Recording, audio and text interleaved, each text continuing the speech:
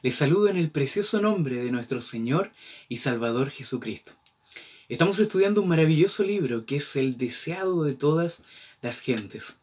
Hoy nos corresponde estudiar el capítulo 59, cuyo título es Conspiraciones sacerdotales. Este relato está basado en el libro de Juan, capítulo 11, versículos 47 al 54.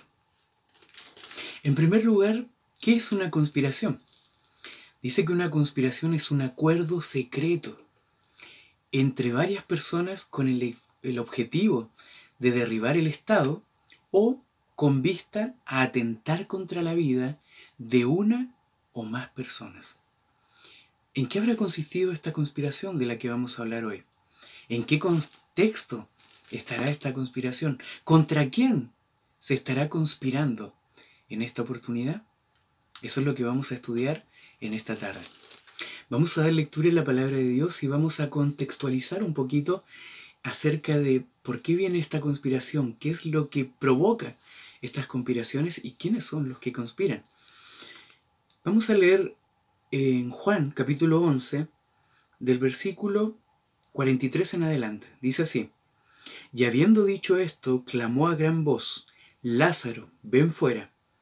Y el que había muerto salió, atadas las manos y los pies con vendas, y su rostro estaba envuelto en un sudario. Jesús les dijo: Desatadle y dejadle ir. Entonces muchos de los judíos que habían venido a María y habían visto lo que hizo Jesús, creyeron en él. Pero algunos de ellos fueron a los fariseos y les dijeron lo que Jesús había hecho. Entonces los príncipes de los sacerdotes y los fariseos reunieron el concilio y dijeron: ¿Qué haremos? Porque este hombre hace muchos milagros. Entonces vemos que el contexto de esta conspiración está o viene luego de un milagro, un gran milagro que hizo Jesús. Este es la resurrección de Lázaro.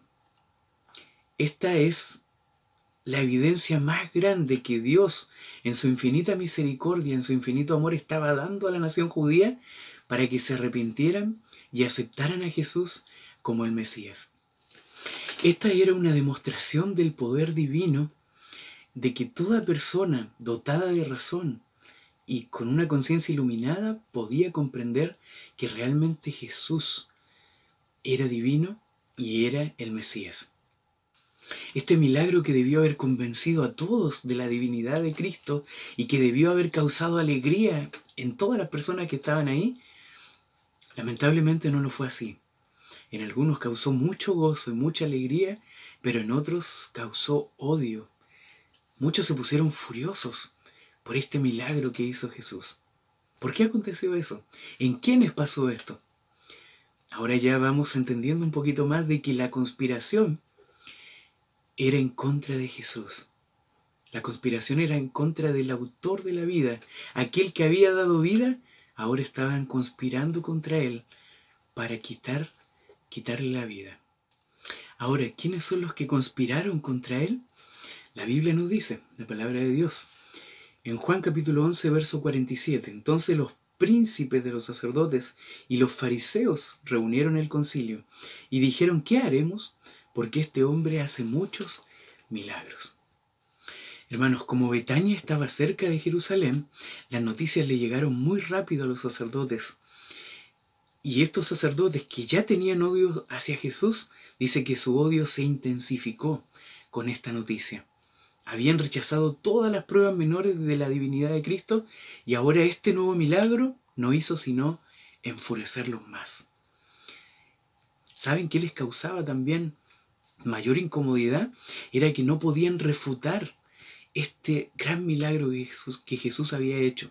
Era un milagro que había sido hecho a plena luz del día, que había multitud de testigos, por lo tanto los falsos informes y las mentiras que siempre ellos decían no podían contrarrestar ese gran milagro que había hecho Jesús. Ningún sofisma podía destruir la evidencia. Ellos estaban determinados a detener la obra de Cristo cuanto antes. Y es por ello que citaron a todo el concilio para saber qué hacían con Jesús, cómo lo podían detener, cómo podían acallar a este hombre. ¿Quiénes más estaban dentro de este concilio? Eran los saduceos. ¿Quiénes eran los saduceos? Los saduceos eran los más ricos y los más adinerados. Ocupaban los puestos más altos en el Sanedrín. De hecho, el sumo sacerdote era un saduceo.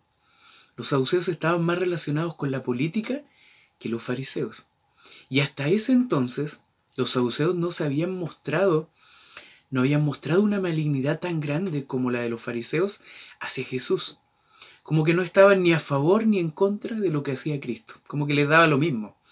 Pero cuando Lázaro resucitó, ahí cambió su mentalidad, cambió su pensamiento. Dice que se alarmaron cuando pasó esto. ¿Por qué se alarmaron también? Porque una de sus doctrinas favoritas, preferidas de ellos, era de que no existía la resurrección, de que los muertos no podían resucitar. Sin embargo, Cristo, con tan solo unas palabras que dijo, había desbaratado por completo sus teorías y sus doctrinas. Su orgullo se había venido abajo. ¿Cómo harían ahora para contrarrestar la influencia de Cristo? No tenían con qué mentir, no tenían qué informe falso dar para hacer creer a la gente de que Jesús era un impostor. ¿Qué le dirían a la gente ahora? Lo único que les quedaba, según su pensamiento, era dar muerte a Jesús para así contrarrestar su influencia ante todo el pueblo. ¿Quiénes más estaban dentro de este concilio del Sanedrín? Estaban también los fariseos. A diferencia de los saduceos, los fariseos sí creían en la resurrección. Y la resurrección de Lázaro, para ellos, fue una evidencia clara de que el Mesías estaba entre ellos. Pero, ¿qué aconteció? Siempre se habían opuesto ellos a la obra de Cristo. Jesús había desenmascarado sus pretensiones hipócritas. Les había quitado el manto bajo el cual ocultaban su deformidad moral. La religión pura que Jesús enseñaba condenaba la vacía profesión de piedad que ellos tenían y habían resuelto a vengarse de Jesús por causa de todas esas cosas. Todas estas personas se reunieron en el Sanedrín. ¿Qué era el Sanedrín? Era la asamblea o consejo de ancianos del pueblo de Israel, que era integrado, como ya dijimos, por los principales sacerdotes, saduceos, fariseos, líderes y gobernantes de los judíos. Era la corte suprema de la ley judía. Y la misión del Sanedrín era administrar justicia, interpretando y aplicando la Torá. Pero vamos a ver, ¿se hicieron justicia realmente? ¿Cumplieron su misión como deberían? Fariseos y saduceos tenían una visión distinta de las Escrituras. Sin embargo, en este concilio, fariseos y saduceos se unificaron, se unieron más que nunca en este concilio que hicieron luego de la resurrección de Lázaro. Hermanos, ¿saben qué me hace pensar esto? En un futuro no muy lejano, van a estar conspirando contra nosotros también. Si es que nos encontramos dentro de los fieles, y si no, nosotros vamos a ser los que vamos a conspirar contra los fieles hijos de Dios. Pero si somos fieles, también van a conspirar contra nosotros. Y todos aquellos que hoy pareciera que nunca se van a unir, de todas las religiones del mundo, del ateísmo y todos ellos, finalmente se van a unir en contra de los hijos de Dios. Aquellos que hoy en día vemos imposible que se unan, que son como el agua y el aceite, en aquel momento se van a unir en oposición a los hijos de Dios y al Evangelio de Jesucristo. Hermanos, pero algo interesante, en este concilio había una persona muy especial que también estaba presente. Dice que también estaba presente el testigo que oyó las palabras jactanciosas de Nabucodonosor. El testigo que estuvo en la fiesta idólatra de Belsasar, que estaba presente cuando Cristo se proclamó a sí mismo como el ungido de Dios, estaba presente también en ese concilio. Y este testigo este poderoso testigo, estaba ahora haciendo sentir a los gobernantes qué clase de obra estaban haciendo. ¿Saben qué, hermanos? Había una gran batalla en esta asamblea, en este concilio.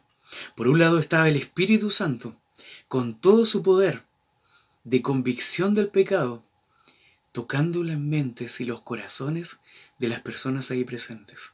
Y por otro lado estaba Satanás, quien también estaba susurrando al oído de estos gobernantes para que hicieran lo malo y no atendieran al llamado del Espíritu Santo.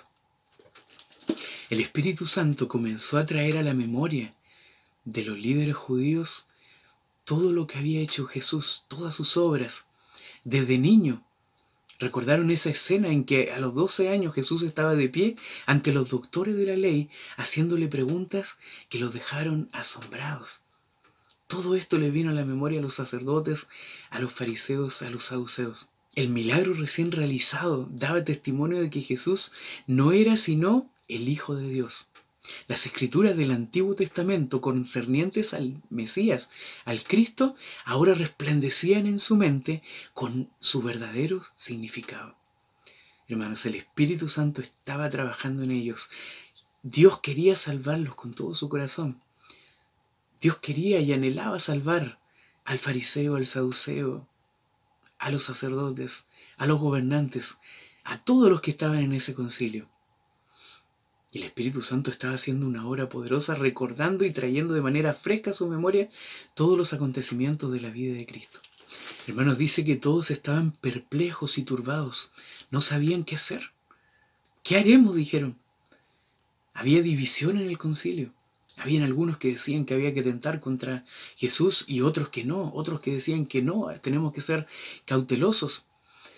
De hecho, había muchas personas influyentes del Sanedrín que creían en Jesús, que con el milagro de Lázaro creyeron en Jesús. De hecho, en este concilio no fueron invitados Nicodemo y José de Arimatea porque en muchas oportunidades ellos habían detenido la mala obra que querían hacer contra Jesús. Pero aún así, había personas influyentes que también creían en Jesús. Hermanos, con esto constatamos de que Jesús es el deseado de toda la gente, tal como lo dice el título del libro. Jesús es el deseado de fariseos, de saduceos, de regiones paganas, de judíos y gentiles, etc. Jesús es el deseado de toda la gente. En todo lado, en todo lugar, hay personas que desean a Jesús y lo anhelan con todo su corazón. Volviendo al concilio, estaban todos perplejos, no sabían qué hacer. El Espíritu Santo estaba actuando poderosamente en la mente de ellos y los estaba convenciendo de pecado. Sabían, algo les decía en su corazón de que estaban luchando contra Dios.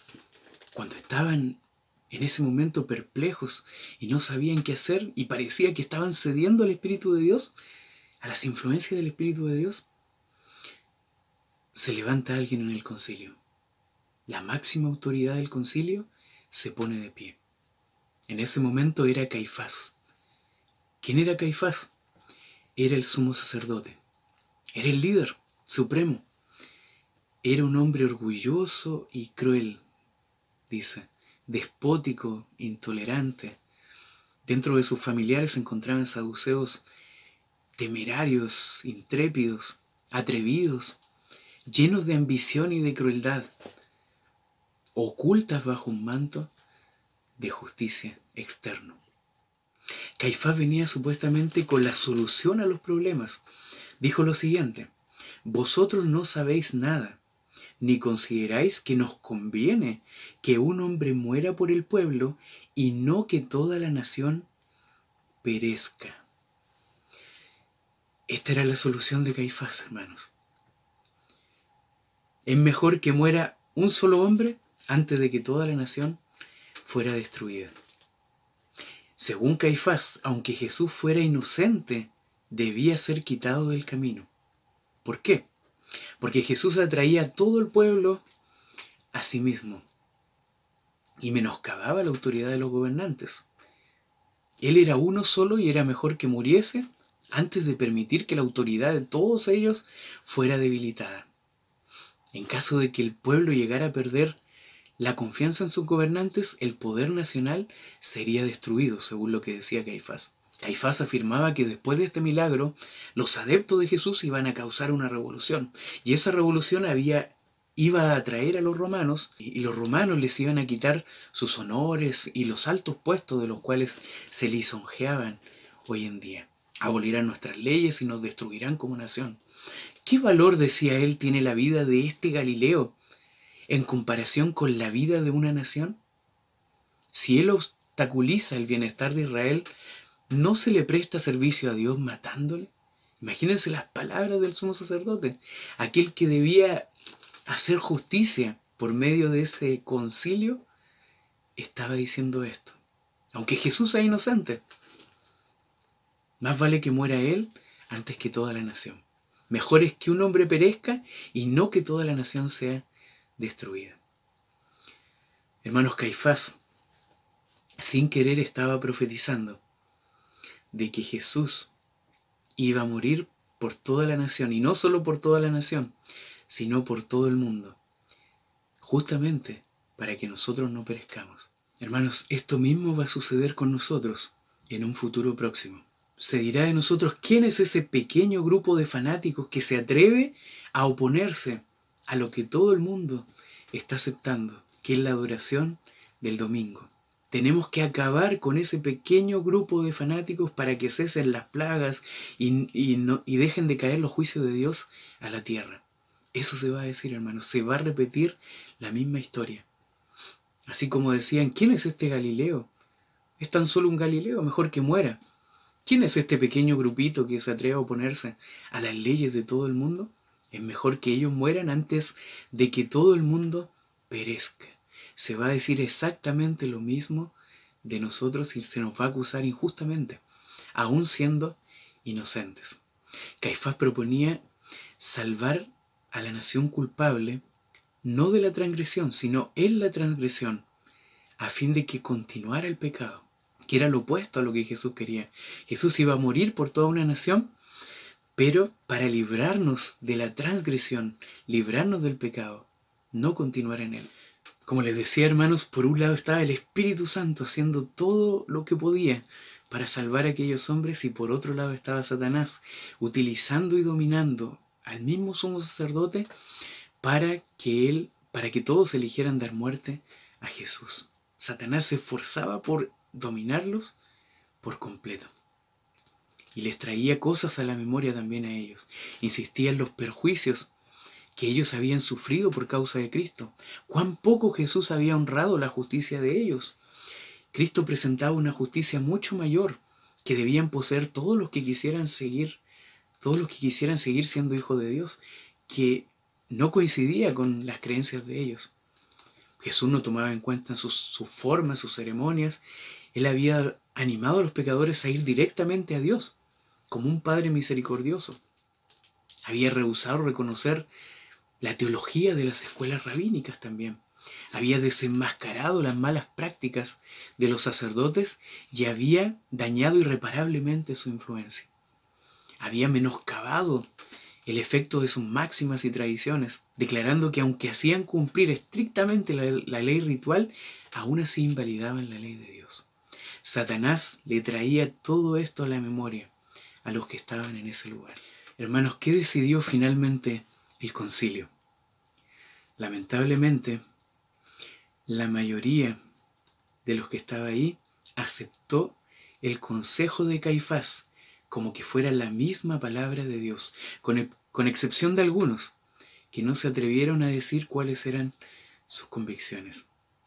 Había muchos que creían en Jesús y que no querían matarle, y la influencia de los demás los dejó callados. El concilio entonces sintió alivio, cesó la discordia, decidieron dar muerte a Cristo en la primera oportunidad favorable. El hecho de que pudieran perder el poder que tenían era una razón suficiente, pensaban ellos, para dar muerte a Cristo. Al rechazar la prueba de la divinidad de Jesús, lamentablemente los sacerdotes y líderes judíos se habían envuelto en tinieblas impenetrables. Se habían puesto enteramente bajo el dominio de Satanás, para ser arrastrados por él al abismo de la ruina eterna. Sin embargo, ¿saben qué? Estaban tan engañados que estaban contentos consigo mismos. Se sentían patriotas, que estaban salvando a toda la nación de Israel con la decisión que estaban tomando. Hermanos, ahora, ¿cómo reaccionó Jesús? ¿Qué hizo Jesús?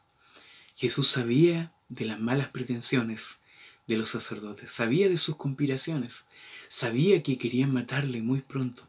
Sin embargo, Jesús no debía precipitar que viniera esa crisis y se retiró a otra región llevando consigo a sus discípulos. Así, mediante su ejemplo, Jesús recalcó también que cuando os persiguieran en esta ciudad, huid a la otra.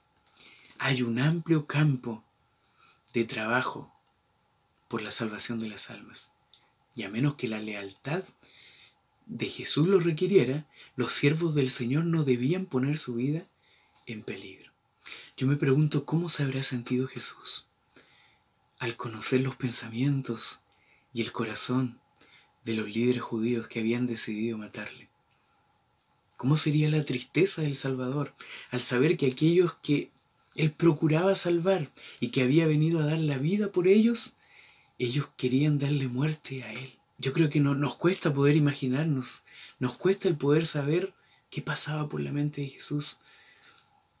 ¿Cómo se lamentaría por la reacción que habían tenido los líderes judíos que no habían cedido a las influencias del Espíritu de Dios? Aquel que había hecho andar a los cojos, que había dado vista a los ciegos, que había hecho resucitar a Lázaro, que había limpiado a los leprosos, que había dicho con su mano a los vientos y al mar que se detengan, y habían obedecido. Sin embargo, esa misma mano no podía alcanzar el corazón endurecido de estos líderes judíos. Hermano, Jesús le dio la más grande señal al resucitar a Lázaro.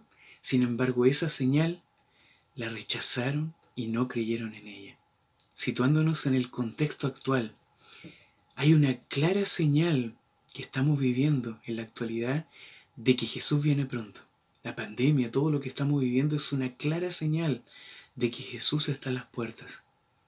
Sin embargo, ¿cómo estamos reaccionando ante esta clara señal, ante esta clara evidencia que Jesús nos está dando, que no sabemos si va a ser la última que nos va a dar a cada uno? Hermanos, así como en ese concilio hubo una lucha y una gran batalla entre el Espíritu Santo y Satanás, así también hay una batalla en nuestra mente hoy en día. El Espíritu Santo está con todo su poder, con toda su fuerza, tratando de convencernos de pecado, de hacernos volver de nuestros malos caminos. Y por otro lado está Satanás también, susurrándonos al oído, trayéndonos cosas malas a la memoria, haciendo que nos apartemos de los caminos de Dios o que permanezcamos indiferentes ante todo lo que está ocurriendo a nuestro alrededor.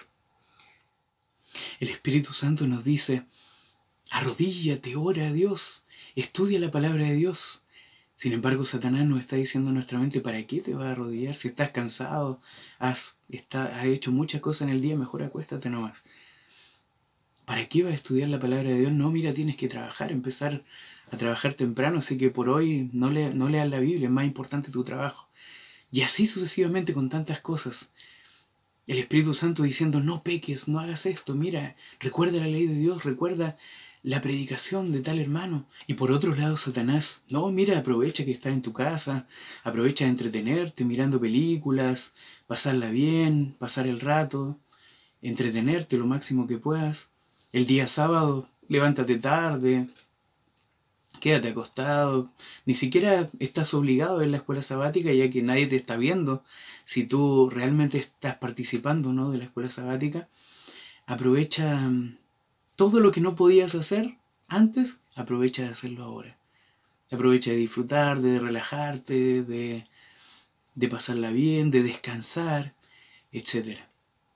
Todo lo contrario a lo que nos dice el Espíritu Santo de Dios. El Espíritu Santo, sin embargo, nos dice: aprovecha todas las instancias que puedas para predicar de otras formas, de otras maneras, llegar de igual forma a la gente y a las demás personas. Hay una gran lucha en tu mente, en mi mente, en estos momentos. ¿Quién se quedará con el centro de tu voluntad? ¿Quién pondrá su trono en tu mente, en tu corazón? Es una decisión personal. Dios quiera que seamos impresionados por el Espíritu Santo y que podamos ceder ante sus poderosas influencias y no ante las del enemigo de toda alma. Dios nos ayude para esto, en mi deseo y oración, en el nombre de Jesús. Amén.